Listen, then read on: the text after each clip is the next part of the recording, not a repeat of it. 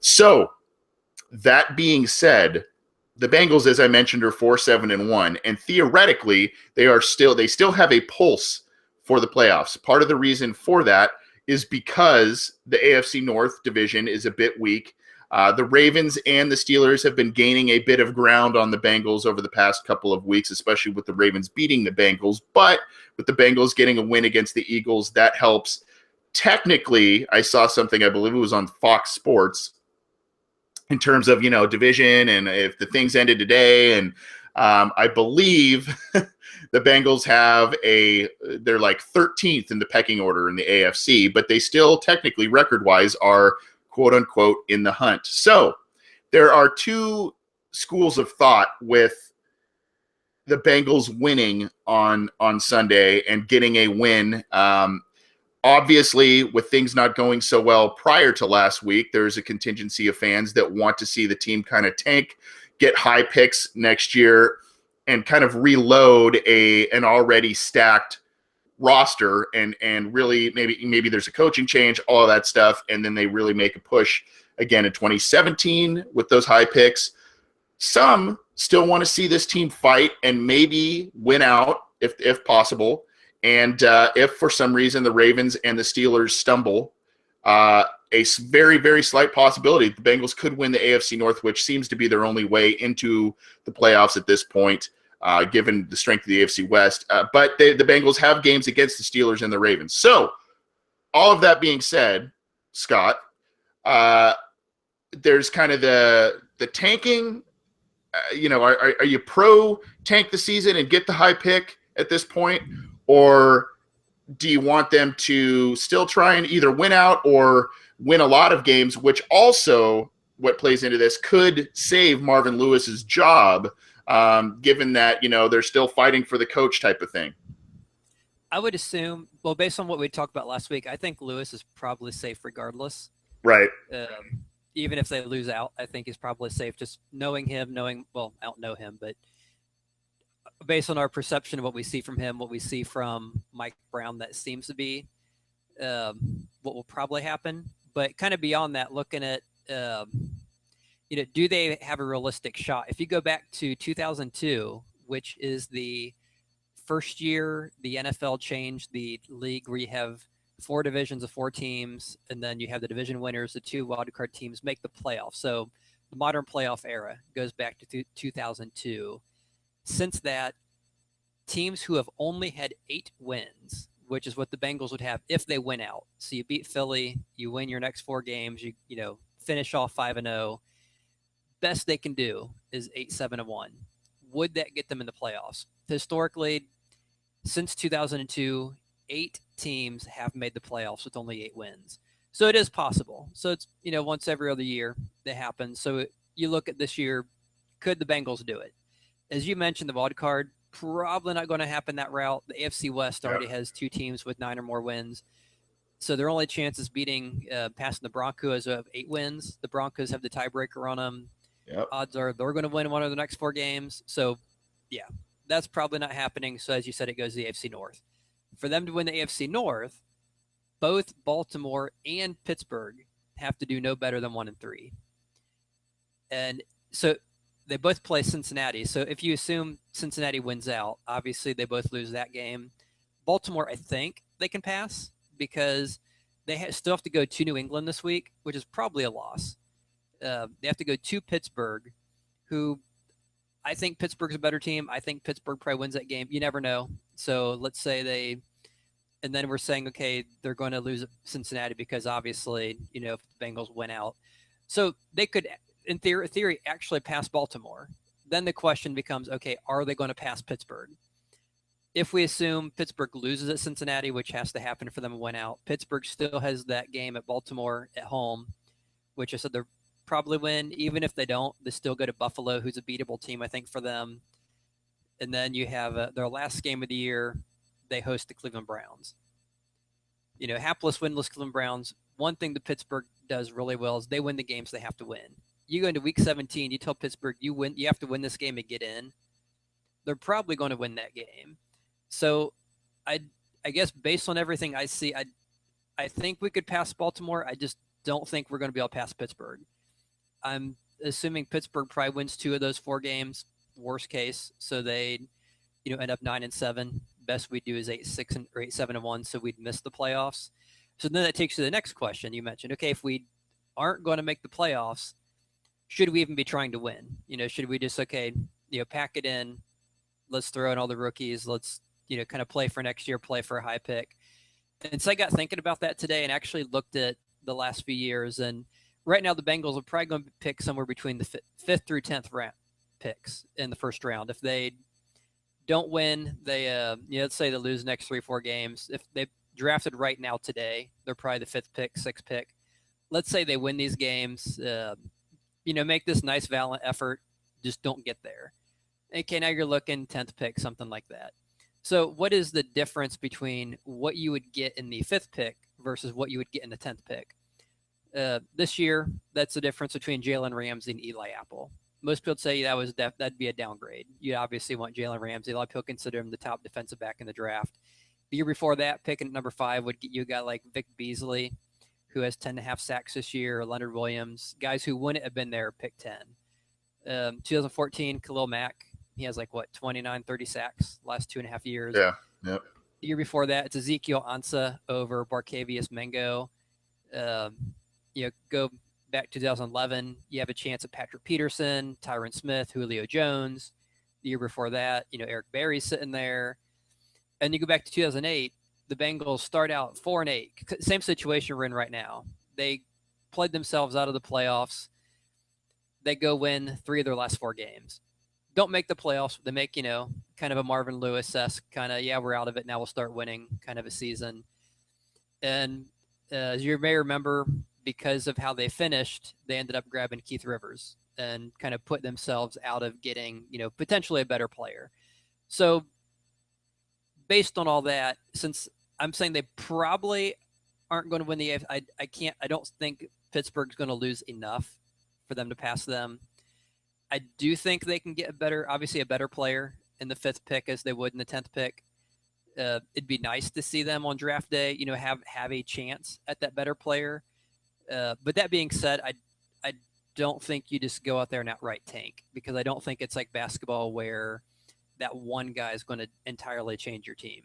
So I'd love to, since we know they're not in it, if they lose games, I'm not going to complain, because I think for the future it's the best thing, but I'm not going to go out there and root for them to lose, because and you have to assume they draft the right guy anyway. I mean, you could have some studs sitting there. Let's say you lose your games and you have a stud sitting there at 5, and you pull a Cleveland Browns and you draft like a Justin Gilbert or Johnny Manziel kind of pick. Yep.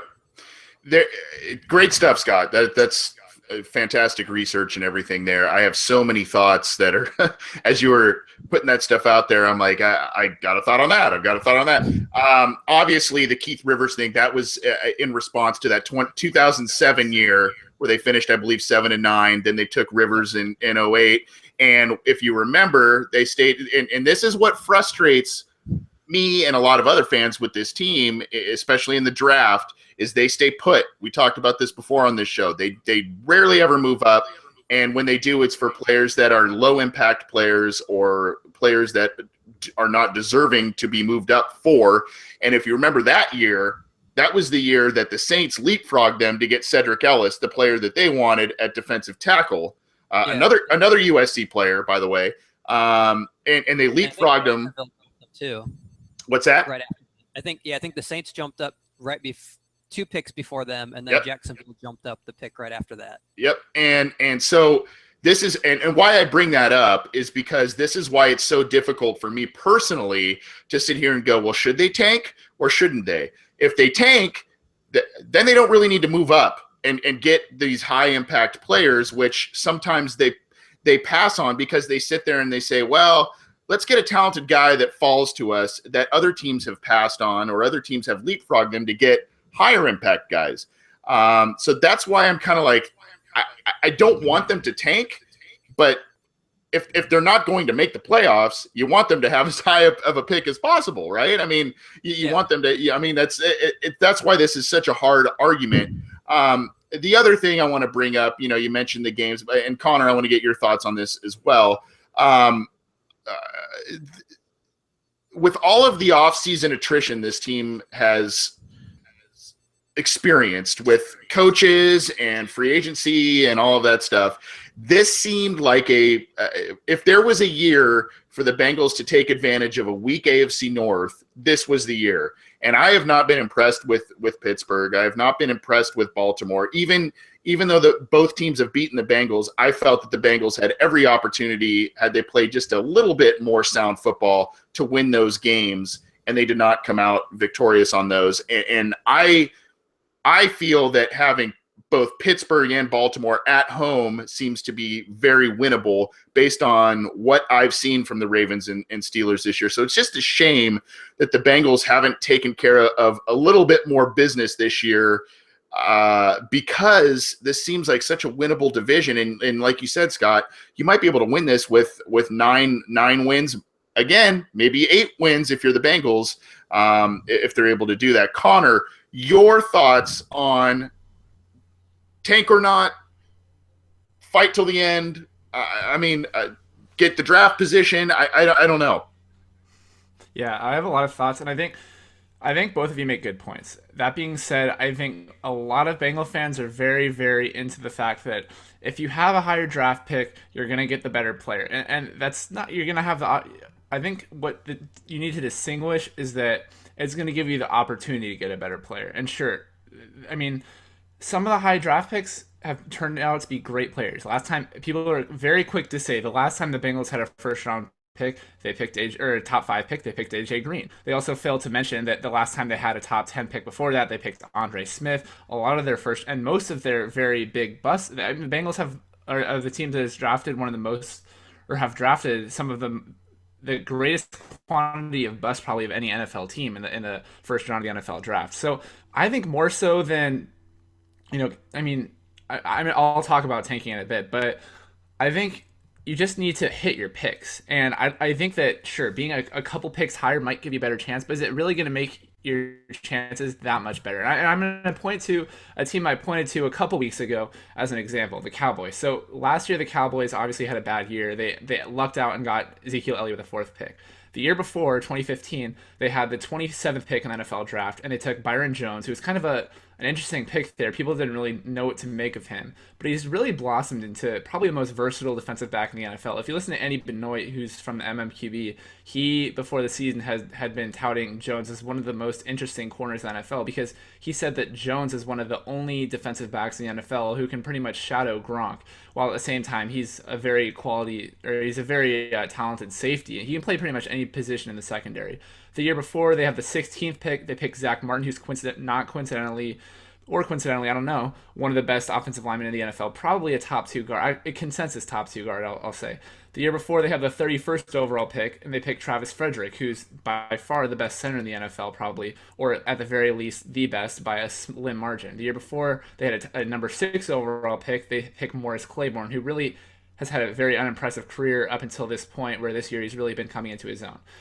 2011, they have the 9th pick.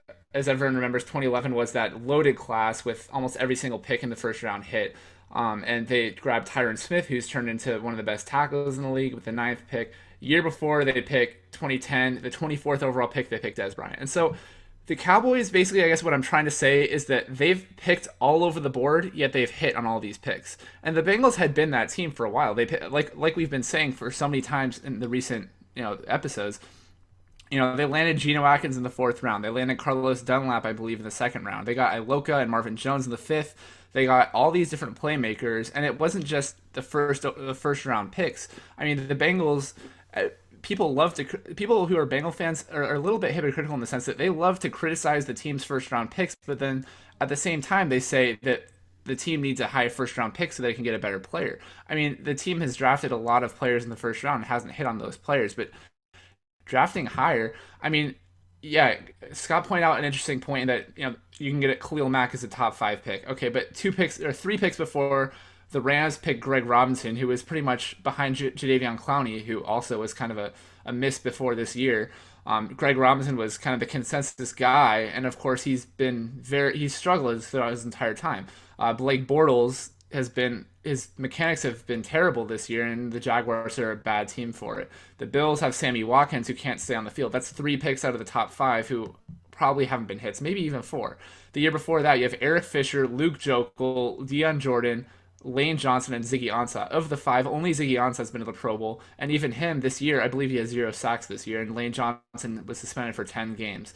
And then the pick after that, obviously, is Barkevious Mingo, Jonathan Cooper. So, I mean, it kind of depends on the draft class. Sometimes you can have a strong class, sometimes you can have a weak class. Even in 2012, you have Andrew Luck, obviously the first overall pick, but then you have RG3, Trent Richardson, Matt Khalil, Justin Blackman, Morris Claiborne, who I mentioned, Mark Barron, and Wright behind. And following them, obviously, Luke Kuechly, Stephon Gilmore, Dontari Poe, Fletcher Cox, a lot better players. And then obviously 2011 loaded class, and we can go on. But I guess, like I said, the point I'm trying to bring up is that for the Bengals, the picks that they've made, if the best players on their team were all first round picks, top 5 picks, it would make sense. You know, if Vontaze Burfict, Geno Atkins, AJ Green, Andy Dalton, you know, every like playmaker on the team was a top 5 pick, it would make sense. But for the Bengals, their biggest issue hasn't been not having a high draft pick, in my opinion. It's been not being able to develop those draft picks into the playmakers that you're hoping they'll become. Like we saw, Vontaze Burfict, an undrafted free agent, because of his character concerns or whatever it may be, and he blossoms into a guy who, I can't believe we weren't talking about this earlier, is probably one of the top 2 linebackers in the NFL at the inside linebacker position. And so for me, you look at the Bengals and you can go all over the board, but the one thing I'll say is that regardless of whatever happens, they're going to have a high quantity of picks in comparison to years past. And the last time they had a lot of picks was the 2012 draft, where they drafted Dre and Kevin Zeitler both in the first round. They had Devin Still, who probably didn't work out for them. They had Mohamed Sanu, who turned them into a compensatory pick and had some production here. Brandon Thompson, who's been up and down but hasn't been terrible. Orson Charles, who is some other team right now. Sean Prater, who I believe is out of the NFL. But then they had Marvin Jones and George Iloka in the 5th, and then Dan Herron in the 6th, who Dan Herron wasn't even that bad of a pick. He kind of had a good game against them in the playoffs when the Colts played them in 2014. So, I mean, yeah, moving up in the draft is going to give you the potential to have a better player. There's no doubt about that. You're going to have the first guy in your draft board. Now, the question is, you know, and I'm not trying to say the Bengals aren't good at evaluating talent. I think they have the potential to be a good team at evaluating talent. They have been in the past. And, you know, it's still, the jury's still out on the most 2 recent draft classes. But in tanking, you're not only, sure, you might get a good player. The Chargers didn't tank, but they got Joey Bosa with the 3rd overall pick. And, you know, the first 2 picks in the draft this year were, I can't even remember, but generally for top 5 overall picks have been pretty consistent, though there's been obviously the blatant miss every here and there with the Jamarcus Russells of the world. But tanking presents a big issue in the sense that you're basically giving up on the players, and I think there's a lot fans kind of overlook in the sense that there could be potentially very serious, significant morale issues if you choose to lose out. Players are humans after all, and we saw. Well, right, but that's Connor. That goes back to the whole Marvin Lewis coaching thing too, right? I mean, doesn't that play into whether or not you want to keep Lewis and whether or not he's got a grasp on the players and all of that? I think that. I mean, you're right there. I think, like we all said, I think we all, at least us 3, believe that Lewis is a guy who's probably going to keep his job, who probably shouldn't have the job, but it's going to be up to him. It's Lewis ultimately. I think it's Lewis's decision whether he stays, and people are going to say that losing out is going to get Lewis fired. I don't think it will. I don't think any of us could legitimately believe that, especially after Sunday when all the energy that came from that win, and it seems like Lewis had his players back, and we still have the talent, and so Mike Brown just might think, I don't know. At the end of the day, I'm not trying to say anyone's wrong. I guess it's just that players are people, and people are too quick to forget that you have a guy like Drake Kirkpatrick who has been playing very well this year, and they win on Sunday, and he looked so happy, and I really can't tell anyone whether or not he's going to stay in Cincinnati. But I think having those moments where he is feeling good after a win, having those moments where you see the team up and the players are happy and satisfied and fulfilled is going to not only make the players play to the level that they're capable of playing, but it's also just going to, I don't know, I think if you're a free agent and you look at Cincinnati and they intentionally tank, it's kind of hard to justify going to the Bengals, even in the draft. I mean, we've seen guys like Eli Manning be like, "Oh, I don't want to go to San Diego, trade me," and then he gets Bosa had an traded. issue. Yeah, Bose. I mean, his was more the agent was kind Right. of like overruling him, but it's a matter of morale, and that for me, it's just the draft is a crapshoot when it comes down to it, and even a top 5 pick can turn out to be a giant disaster, and so the Bengals, I'm excited because they have a lot of picks, and I think the Bengals have done pretty well when they've had a lot of picks. They have trading chips. They could trade McCarron if they want. They could even get more picks than they already have. They have and with those picks, they could trade up if they really want to.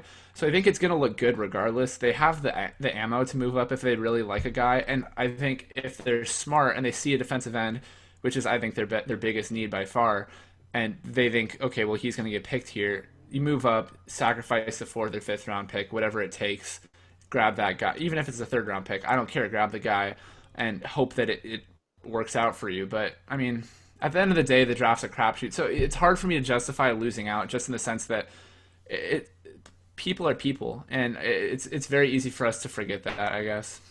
But do we really want to trade up for a guy they're going to sit behind Wallace Gilberry? Exactly. I mean, the Bengals are a very slow team to play those rookies. So how big of an impact is a high draft pick going to have on the immediate future, especially with Dalton and AJ Green, Geno Atkins, Vontaze Burfict? They're only going to be 29, 28, 27 years old for so long. That's another issue, I guess. Mine, good stuff from both of you. My thing with it, and I'm going to be brief, there's conditions and variables to both. I mean, obviously, if the Bengals are going to win out and win the division, let's do that. I mean, we're all on board. Let's if that's going to happen, obviously you want to do that. But if you get if you're 6-8-1 or whatever, 6-9-1, whatever the case is, and you're 7-8-1, and then all of a sudden you kind of lose draft position, that stinks a bit. My only caveat supporting the other way, regardless of not tanking, is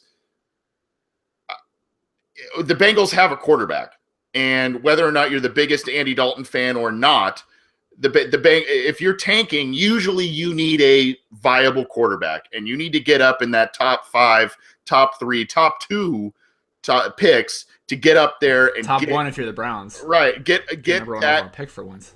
Right. Get the quarterback. The Bengals have a quarterback in Andy Dalton that has gotten them to the playoffs. He hasn't gotten them through the playoffs, but he's productive. He has had good seasons with the Bengals. If they needed a quarterback, that's the one reason I could say, you know what, tank the season, play the young guys, let them get the snaps, and really work to get that quarterback in the draft. Since they don't need one, I don't know if I support that. Although that's one of the awesome things about having a high pick is that you look the last few years, those teams are so desperate up there. Yep. That they're reaching for those quarterbacks where you had Mariota and Winston go back to back, and then Goff and Wentz. That if you're sitting there, something like 3, 4, 5, and the people in front of you are taking a quarterback, even if the quarterback isn't worth the top 10 pick, they're grabbing them. So you're getting, probably the best or second best position guy. And that's an awesome position to be in, sitting there, 3rd, 4th, 5th, knowing, well, they need a quarterback. They're taking, Deshaun Watson. Oh, they need a quarterback. They're taking Kaiser from Notre Dame, or they're taking whatever. Like, oh my gosh, look at this. We have 3 elite players who are all falling to us. We kind of get, or at least we get one of them. We're picking 5th or 6th. We know we're getting one of those 3 guys because the Browns are desperate. They're going to grab a quarterback. Maybe, I don't know. This team's desperate. I hope for their sake they do. They need a quarterback by now.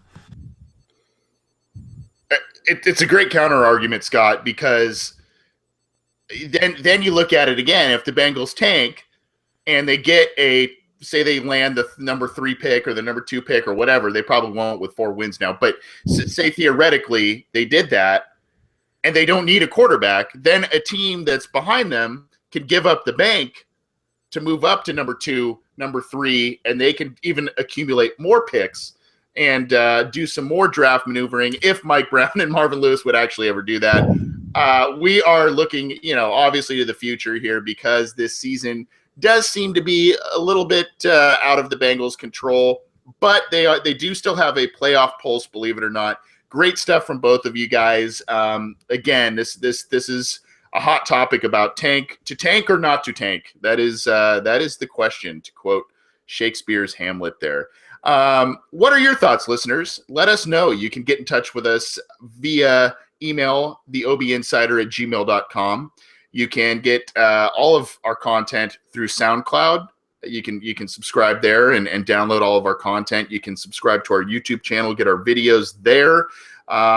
You can get in touch with us on Twitter @BengalsOBI. And all of our stuff is also on Cincy Jungle. You can check that stuff out. And if I didn't mention already, we're on iTunes. You can leave a rating and comment and all of that. So please check us out in a variety of different ways. We are worldwide, and we appreciate the support.